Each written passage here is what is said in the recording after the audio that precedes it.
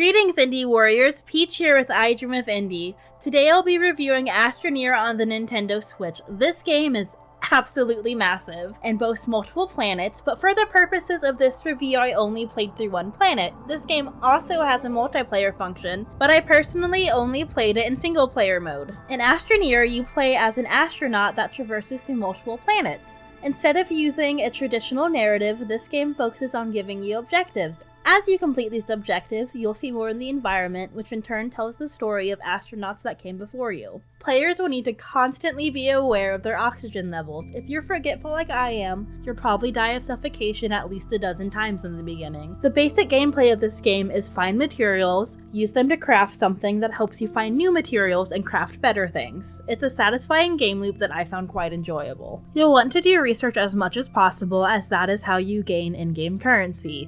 You'll also need to watch out for hazards, though there aren't many of those on the first planet. Outside of the main campaign, there's also a creative mode. In this mode, you don't have any objectives and instead just get to explore. You can use the tools that you'd use in the regular mode so that you have the opportunity to shape objects and dig. I really loved this mode and spent quite a bit of time just trying to see if I could get to the center of the planet. Astroneer is vast with tons to explore and discover. However, with that being said, there are points where the game felt really empty to me. The beginning of this game can be very confusing as there's not a lot of direction or explanation given.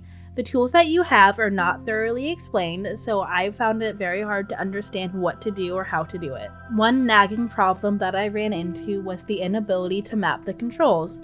This was a big problem for me as you jump with the A button. The graphics of this game were a real treat. The game uses vibrant colors that, when combined with the blocky objects and fine details, created a believable environment that made me fall in love with the ecosystem. These stylistic choices made the game memorable. Unfortunately, the performance of this game left a lot to be desired. There are pop-ins throughout the game, whether I played in handheld or docked mode. The game also struggled with frame rate dips that became frustrating throughout my playthrough. Luckily, these never came to the point that the game was unplayable. The soundtrack was quite nice and relaxing and completely fit what I was doing in the game. I don't think anyone's gonna rush to Spotify to download it, but I enjoyed my time with it. The soundtrack is composed with a synth keyboard playing an electronic beat. It doesn't bop, but I was definitely vibing with it. Astroneer is the type of game that you can lose yourself in and just sink hours and hours into. This is exactly what I want when it comes to a game that focuses on exploration. The game also gets major points with me for having customization options.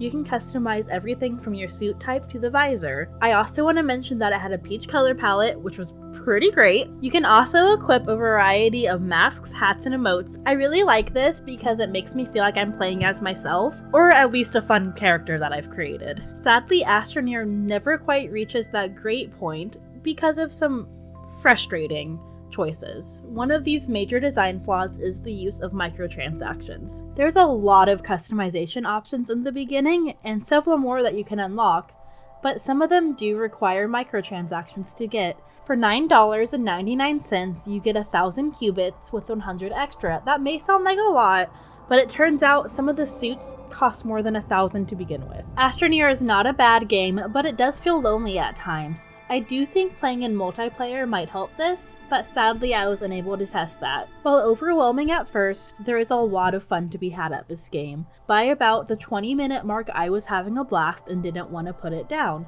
If you're willing to put up with some frustrating design choices, as well as some microtransactions, this is a game that you can sink hours into and truly enjoy.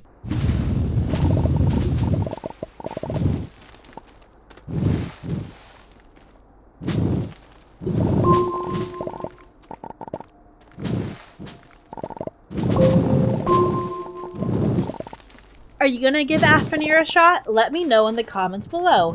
For now, I want to take a moment to thank our great indie warriors: Bill T, Christian Cruz, Tevelo, Mitchell Hall, Chris Jackson, Nathan Moore, Adriana Amato, CJR, C-Coil, Skepticism, Haley, Julian Colbus, Jen Rose, Jesse, CPM, Bunny, JRS8, Raylan, Marky Mint, Dave Harp, Peekaboo, and Lex Noyle. Thank you so much for watching this video. If you haven't already, don't forget you can subscribe or click the description box below to find out more information on how to become an indie warrior. Until next time!